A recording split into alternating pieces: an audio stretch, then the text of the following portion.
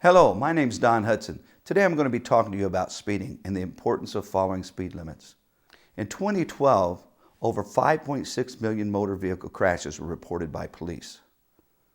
Over 33,000 people died in motor crashes nationwide. That's an average of 92 people a day. This means one person every 16 minutes. Think about that. Pretty astounding.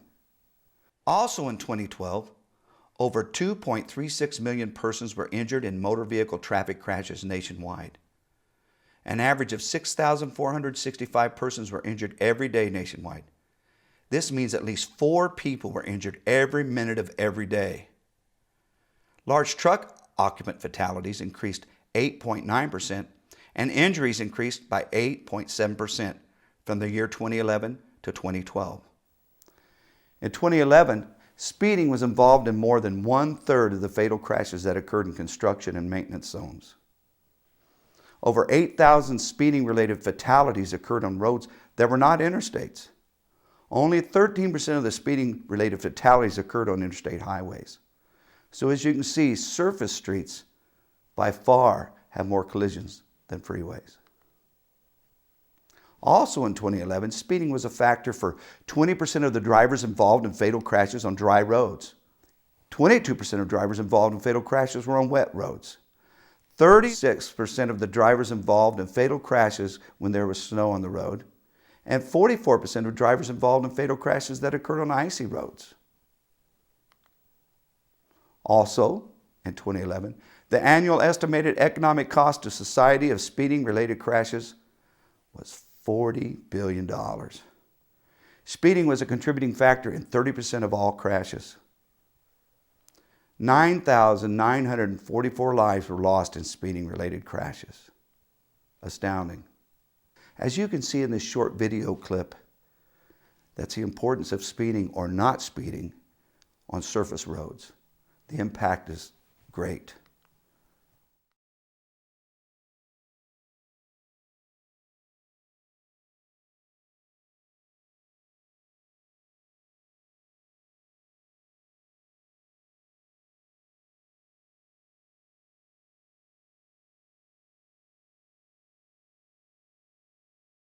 Now we're going to look at speeding-related traffic fatalities, but we're actually going to look at the U.S. total so we have a better picture. The total traffic fatalities was a number of 32,000. Over 32,000 people were killed nationwide. Now, when we look at just the speeding fatalities, we're talking about almost 10,000. And as you can tell in this table, most of those incidents happened on surface roads, not the interstates and freeways, which most people think. So think about that. Most of the time, surface roads within 25 miles of your home. In 2011, 39% of male drivers in the 15 to 20-year-old age group and 37% of male drivers in the 21 to 24-year age group involved in fatal crashes were speeding at the time of the crash. Speed influenced traffic collisions in 4 basic ways. First, speed reduces the reaction time drivers need to avoid collisions. That only makes sense. The faster you're going, the faster obstacles get to you.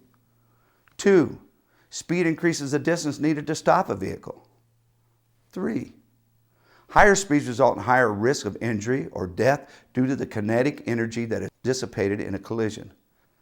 Higher speeds reduce the ability of vehicles and restraint systems to protect occupants effectively. Collision severity increases disproportionately with vehicle speed, so a frontal impact at 35 miles an hour is 1/3 more violent than one at 30 miles an hour. Just that 5 miles an hour makes a significant difference in how forceful the collision is. Traffic engineers and local governments have determined the maximum speeds allowed for safe travel on our highways and roads. We may not always agree with them, but that does not give us the right or license to disregard them. Lots of studies, lots of research goes into what a speed limit should be in a certain area. We have to follow those speed limits. Speeding is a deliberate and calculated behavior where the driver knows the risk but ignores the danger. We all know somebody that does that. They don't think about the dangers. They're ignoring the risk. It's reality. 5% of truck crashes occurred when the commercial motor vehicle driver was following the lead vehicle too closely. We've all seen those people that tailgate, especially with commercial vehicles. That's a real no-no. Large trucks need additional space between vehicles to allow for safe braking and unexpected actions. In crashes, large trucks most often hit the vehicle in front of them. When you have a huge truck going down a roadway, it's not going to stop on a dime. It needs that extra space. Following too closely? Well, it's a situation in which one vehicle is following another vehicle so closely that even if the following driver is attentive to the actions of the vehicle ahead of him or her, they can't avoid the collision in the circumstance when the driver in front brakes suddenly. These things happen all the time. We need to leave that space. We need to give ourselves a safety zone. Braking distance, which is what we're talking about, is directly related to the driver perception time. When do I perceive that there's a danger? How long does it take me to think about it? Then I have to react to that. Once I've decided there's a danger, I have to react. We have reaction time, which we'll talk about later. Then you have the type and condition of pavement. Is the pavement wet? Is it dry? Is there ice? Is there snow? How about gravel on the road? All of these affect this braking distance. Vehicle design and condition of shocks. Have you been taking care of your vehicle? Is it maintained? Vehicle weight when loaded or towing. Many people forget once they put that trailer on the back of their vehicle, it takes a much greater distance to stop their vehicle. Type and condition of brakes. Are they in good shape? And of course, the speed of the vehicle.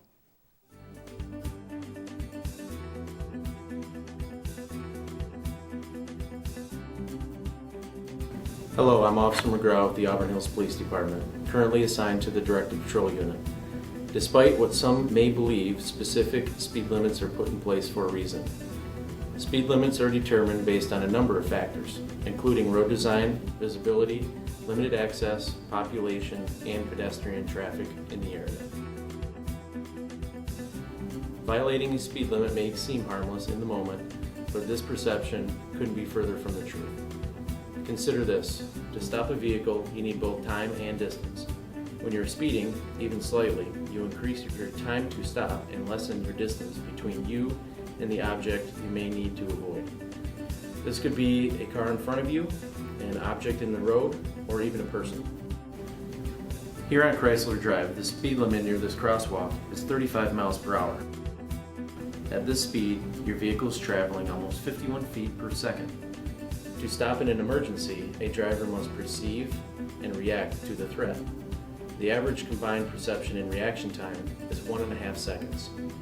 If a pedestrian enters the crosswalk at that speed under optimal conditions, a driver will need 128 feet to stop the vehicle. If you are driving 45 miles per hour, 10 miles an hour over the speed limit, the car is moving at 66 feet per second. If a pedestrian unexpectedly enters the crosswalk, the driver needs 183 feet to stop the vehicle. If the threat is within a half of a football field distance away, it will be hit. So as you can see, even 5 miles per hour makes a huge difference in the impact of a collision. Let's look at the minimum stopping distances. If you're driving 60 miles per hour, and that's what we're going to focus on, 60 miles per hour, a driver's reaction time, you travel 62 feet before you even attempt to stop your car. Then you have the actual braking distance, which is 156 feet. So your total distance is 218 feet. That's 2/3 of a football field. That's if you respond or you react within 0.7 of a second. Now, if you're distracted or something has got your attention, you may not react as fast. But this is the minimum. Now let's look at the average stopping distance. At 60 miles an hour once again, reaction time, 66 feet before you react. Braking distance, 269 feet. That's a total of 335 feet. That's a long distance when you're thinking about it. Now, if we go ahead and look, we can look at all the total distances here. Look at 80 miles an hour, which a lot of people drive on the freeways. At 80 miles an hour, the minimum is 360 feet, but the average is almost 2 football fields, 566 feet. So it's very imperative that you think about the stopping distance. Another factor that affects stopping time and distance is the weight of the vehicle. Weight-speed relationship. If weight is doubled, stopping power must be doubled. If speed is doubled, stopping power must be increased 4 times. If the weight and speed are doubled, stopping power must be increased by 8 times. Each of these lengthens the distance needed to stop your vehicle. So when you're thinking about how you stop a vehicle and how long it takes, there are a lot of things you have to think about. A lot of things you have to put in perspective and think, do I need to give myself more space or not? A driver must first see the developing situation. We talked about that. You have to see it. You have to decide there's a danger. You have to identify it. What is the threat? Then you have to respond. And not only respond, you have to decide, what is the required response? What do I need to do? Then you respond. So this leads us to the new following distance now. Used to be, we did what? 1 car per 10 mile an hour. What we're going to do now is we're going to stay at least 3 seconds behind any vehicle you're following. With a large vehicle, you might want to even move it to 4 seconds. Here's how it works. When that vehicle in front of you passes a stationary object, maybe it's a telephone pole, a sign, whatever the case may be, when they pass that object, you need to count 1 1,000, 2 1,000, 3 1,000. Then that's when you should get to that object. That gives you time to react. Once again, if you're driving a bigger rig, heavy equipment, you might want to even make that 4 seconds. Now, on slippery roads, they say to double that. And I know it's a long way when you try it. It's a long distance. But safety is what we're thinking about. Safety is what we're involved with. So think about that when you're driving on the roads. Here's another video that will put everything into perspective.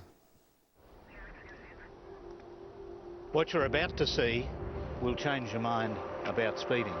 2 identical cars, one travelling at 60, the other at 65. A sudden change in the road ahead, and both drivers first react, and then, a moment later, they brake. And things start to get interesting. Down here, the difference is extraordinary. In the last 5 metres of braking, you wipe off half your speed. So this car is still doing 32 k's when it hits. This one also hits, but only at 5 k's. So no matter how good a driver you are, 5 k's difference up there makes 27 k's difference down here. It takes about 3/4 of a second from the moment your brain sends a signal to your foot to move that foot from the accelerator to the brake. This short period of time, a vehicle may have already traveled 60 feet when traveling at a speed of 55 miles per hour. As you can see on this chart, at 75 miles per hour, it's 111 feet. That's before you can react. That's before you can get that foot onto the brake. And that's a standard person doing that. That's an average person. But if you have some issue that makes you a little slower in reacting, you have to lengthen that time. So you really need to be thinking about that. A driver is continuously balancing 3 main tasks when they're driving. First, control. All activities involved in the driver's interaction with the vehicle. Reading the dash displays. How does the vehicle feel on the road? What are the road conditions? Am I maintaining a safe speed? These are all things that are going through your mind and things you're trying to balance. Second, it's the guidance. How does the driver react with other vehicles on the road? And the environment while he's trying to guide his road down the road. Information gathered, such as what's the road like? What's the grade? Is it hilly? Is it up and down? What are the hazards out there? Traffic. Are there a lot of cars on the road that day? Signs. I have to check my signs. All of these cause drivers to adjust their speed or their path. Then we have navigation. How the driver gets from point A to point B. It includes decisions made before starting and while in progress to their destination. You need to plan a map, plan a route, think about possible detours. This is one, in fact, I think about this oftentimes when I'm driving. And if you're driving down a roadway and you need to make a right turn on a freeway, what you need to do, think ahead of time. It's okay to get over there even a mile in advance if you need to, but plan ahead. In the following picture, the rider was traveling at such a high speed, his reaction time was not sufficient enough to avoid an accident. And this is a motorcyclist. Police stated that the rider's reaction time, once the vehicle came into view, was not sufficient enough for him to even apply the brakes. The car had 2 passengers, and the bike rider was found inside the car with them. The vehicle actually flipped over from the force of impact and landed 10 feet from where the collision took place. All 3 involved were killed instantly. Now, when you look at this picture, look how severe that collision was. All 3 victims inside the car.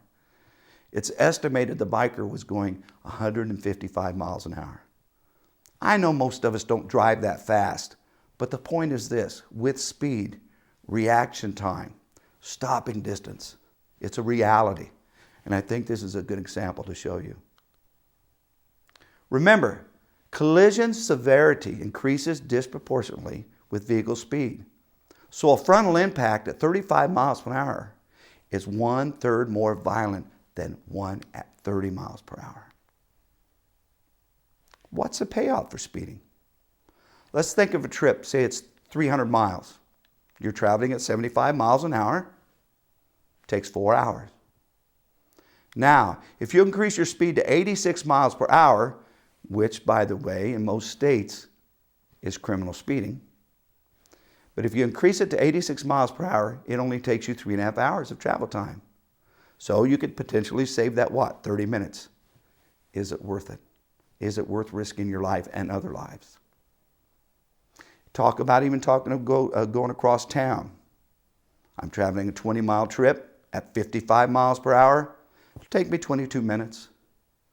If I increase that speed by 15 miles an hour, which is an awfully big increase, it's only going to take me 18 minutes, so I could potentially save 4 minutes. Is saving 4 minutes worth risking your life or someone else's? Don't think so. Now we're going to talk about reasonable and prudent. This is where you have to use your judgment. Okay? All states have laws that refer to driving at a speed greater than is reasonable and prudent under the conditions and actual and potential hazards then existing. In other words, if I'm driving on a freeway or a roadway, I'm going 55 miles an hour, things are going great. Starts to rain. I'm traveling down the road. And we know when it starts to rain, usually roads are very slick because of the chemicals on the roads. I slide. I make contact with another vehicle. When the police show up, I'm probably going to be charged with not driving what's reasonable and prudent for the conditions I'm under. When it started raining, I should have slowed down. The speed limit is not always safe when the road conditions change. Here's another note we need to think about. Driving too slowly can be as dangerous as driving too fast. There's actually laws that address vehicles that are traveling at such a slow speed as to impede or block the normal and reasonable movement of traffic. Now, here's how I look at this. If you need to drive slow, get in the right-hand lane. Be a courteous driver. Let those people around you. Need be, pull off at the first safe place you have. Pull off. Let those vehicles around you. You cause so many more problems when you drive too slowly. If you have to, like I said, try to get out of their way. Be a courteous driver. Nearly 30% of all vehicle collision fatalities are caused by speeding. That's about 1/3 of all fatalities are caused by speeding. Is it something to be concerned with? You betcha. Reason speeding is so deadly? Most of these you're going to know, but let's talk about them just a second. Speed increases the driver's stopping distance. We've talked about that. Reaction time, pavement, whatever it could be. Speed reduces the ability to maneuver around curves or things dropped in the road. Speed increases the distance the driver travels when reacting to a deadly situation, such as brake lights, deer in the highway, a ball rolling into the street. And what comes after that ball? A small child? Yeah. We need to think about this. We need to think about controlling our speed. Velocitation. Never heard of that word before, right? Velocitation is caused by long periods of high-speed travel where the eyes become fatigued and can no longer judge horizontal velocity correctly. A driver cannot judge safe falling distances and will drive much faster than they think they are. So for example, when you exit a freeway, you need to check your speedometer. If necessary, pull off the road, park to allow your eyes to rest. And even mentally, you need to settle it down. You need to be thinking about how fast you're traveling. We get used to that high speed, and it's really hard to draw ourselves back into what the speed is when we get off a freeway. Highway hypnosis. This is a mental state in which a person can drive a vehicle long distances. They respond to external events with no recollection of having done so. It results in driving in a drowsy, dulled, even trance-like state, with some drivers even falling asleep behind the wheel. One thing I'll tell you about this, the best way to fight highway hypnosis is to scan. Steadily scan while you're driving. That's looking to the left, your side mirror, your rear view mirror, your right mirror, to the right. Your eyes should be scanning all the time. I've had plenty of doctors tell me that's the number one way to stop or fight eye fatigue. Try not to get into that hypnotic state. The Farmers Insurance Group study that they put on quite a while back said that speeding reduces the amount of available time needed to avoid a crash and increases the likelihood of an accident and the severity of a crash once it does occur. Yet motorists continue to endanger their lives and the lives of others by speeding or driving too fast for conditions. Speeding was a factor in 53% of fatal crashes that occurred when there was snow or slush on the road, and in 60% of those that happened on icy roads. These accidents can be traced to drivers who think they can go faster than the conditions will allow them, or they're just in a hurry. So when conditions are poor, we need to adjust our speed. We need to use this thing. What is the proper speed when it's snowing? What is the proper speed when there's ice on the road? We have to use our judgment. Steps to make your driving safer? Well, first, take time to plan ahead. Allow yourself enough time so you don't end up rushing to get to your destination. That extra 10 minutes on the snooze button, forget it. Get out the door. Get on your way. Check your local traffic report before you leave so you know where to expect congestion. That's always a good thing. Most radio stations will tell you that. You need to think about these things. And adjust your driving to meet road conditions. If the road's wet, slow down and keep your distance between you and the vehicle ahead of you. Also, roads are treacherous when it first starts to rain. As the water mixes with oils and other deposits, they create a slick road surface. So give yourself time. Plan ahead. Check the traffic reports. And adjust your driving. Slow it down if the conditions deemed to be that way. Steps to make your driving safer? Well, be prepared to adjust to sudden speed reduction. For example, when you're exiting a highway, encountering sharp curves or entering residential or high pedestrian traffic areas. If you're late, you're late. Your employer would much rather you be 5 or 10 minutes late than to be involved in a collision. Wear your seat belt. It's not only the law, it could keep you from becoming a speeding-related fatality. Let's check this video out. Think about how you get in a hurry. Think about what it is when you're running late and how you try to make up that time. This video here will make you think a little bit more about it. I can't believe I got another one of these. I'm such an idiot. The trick is to know where all the cameras are, and you never get these things.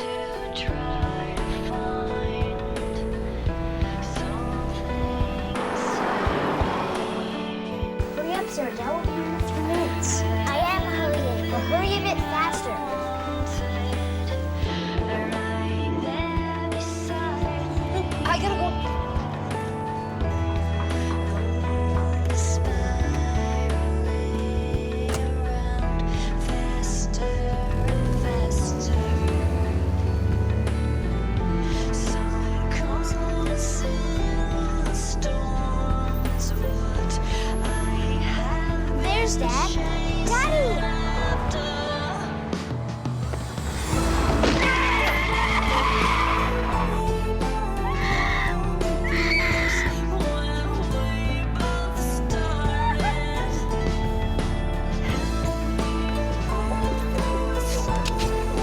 He doesn't need to see this. Can you turn around, please? You can have that, Mary?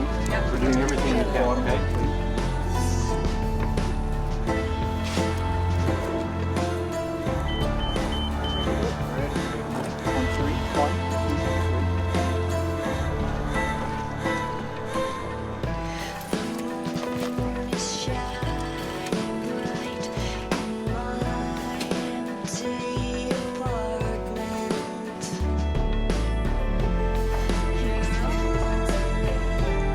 It was an accident.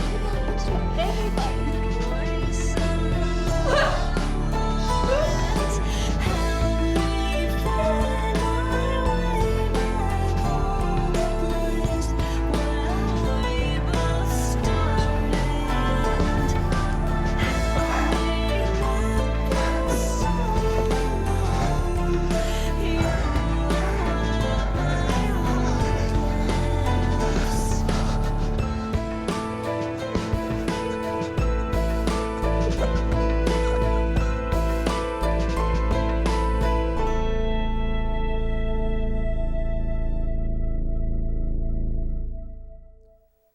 As you can see from this last video, everybody was in a rush. Everybody was in a hurry. What was the payoff? Somebody's death? You need to think about that when you're in a hurry, when you're running late. Is it worth endangering other people's lives? Is it worth you being in that situation? Slow down. Take your time. You'll get there. People will understand. Safety is not automatic. You have to think about it.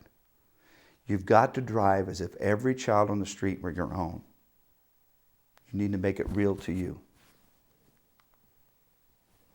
NPL guidelines, traffic laws must be obeyed. That only makes sense. Vehicle speed should never be greater than a rate consistent with existing speed laws, road, traffic, and weather conditions. You have to think about those things. Go the speed limit. If the conditions are severe, you need to slow it way down. Posted speed limits must be obeyed. Adjust your driving to the road and weather conditions. You need to be thinking all the time about what's important. All truck drivers shall be responsible for the safety of the men on their trucks, for compliance with safety regulations, and for speed limits set by law. So if you're the driver of a truck, you are responsible for those people in your truck, the people around you. You have to drive responsibly. Drivers must immediately report all arrests and traffic convictions to NPL. Traffic convictions or failure to report traffic accidents or convictions may result in disciplinary action, up to and including being terminated. Some of the characteristics of a person who habitually speeds, well, number one, they're trying to display their independence, that I can do what I want to do. Many of them drive for the challenge. It's kind of an adrenaline rush for them. They're willing to take risks and break traffic laws and put others at risk. I'm hoping you're not that kind of person. Is it worth putting other lives and your own life at risk? I don't think so. Some of the examples of behaviors on the road, well, they're traveling at a speed greater than is posted. They're accelerating to beat a yellow traffic signal. Side note, in 2006, I had a daughter that was killed in a car collision because a gentleman was speeding up to get through a traffic signal. Slow down going through those lights. Be aware of what's going on around you. They cut in and out of traffic in order to get ahead. We've seen these people. They do it all the time, don't they? Tailgating and flashing headlights in an attempt to make a slower driver go faster. Aggravating. Dangerous. Those are the kind of things you need to stop doing if you do have those behaviors. Some tips to help you drive at a posted speed limit? Well, first of all, use your cruise control when traveling on a highway if you have it. That sets that speed. It keeps you at a steady speed. Not to mention you save some gas. Check your speedometer regular. Pay attention to speed limit signs. Remind yourself of the dangers of speeding. Remember that you are not only risking your safety, but the safety of others. Place a picture of your family or a person who is dear to you. Put it on your visor. Speed kills. I want to see them when I get home. Think about these things. So when you're driving out there on the roadways, make the right choice. Drive the posted speed limit. Use your head. Adjust your speed according to the conditions of the road. So when you leave today, think about your speed. Think about being a safe driver. So go out there, drive wisely, and drive safely. Thank you so much.